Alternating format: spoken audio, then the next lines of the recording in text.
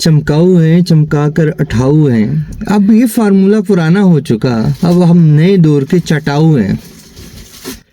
یہ ہے ہمارے حکمرانوں کی اوقات. ٹرمپ کیا کہتا ہے؟ ٹرمپ کہہ رہا ہے اگر میں جنگ میں انوالومنٹ نہ کرتا تو وزیر اعظم پاکستان مر گیا ہوتا. یہ یوٹیلائز کر رہے ہیں اپنے مقاصد کے لیے، اس سے زیادہ کچھ بھی نہیں.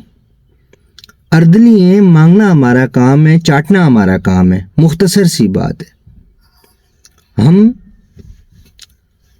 حق کے ساتھ کھڑے نہیں ہو سکتے. یہ لوگ کب کسی کے ساتھ مخلص ہوئے ہیں؟ حضور نبی پاک صلی اللہ علیہ وسلم کا فرمان ہے یہودی اور کفار بت پرست کبھی مسلمانوں کے دوست نہیں ہو سکتے. یہ تمام لوگ اس وقت اڑوس پڑوس میں جو ہیں یہ یکجا ہو چکے ہیں. دشمن کا دشمن دوست ہوتا ہے. امریکہ ڈائریکٹلی تو پاکستان پہ اٹیک نہیں کرے گا، کبھی بھی نہیں کرے گا. اس کے مقاصد ہیں. اس نے اپنا پالتو آگے کھینچ کر دیا، اس نے ڈیل کر لی انڈیا کے ساتھ.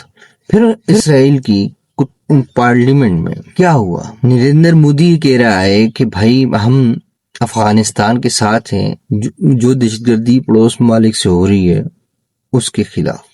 اس کے ساتھ ہی یہ وزیر اعظم ان کا یہودیوں کا وہ کہتا ہے جناب میں یقین دہانی کرواتا ہوں افغانستان کے خلاف جو دہشت گردی ہو رہی ہے میں اس کی مددگار ثابت ہوں گا.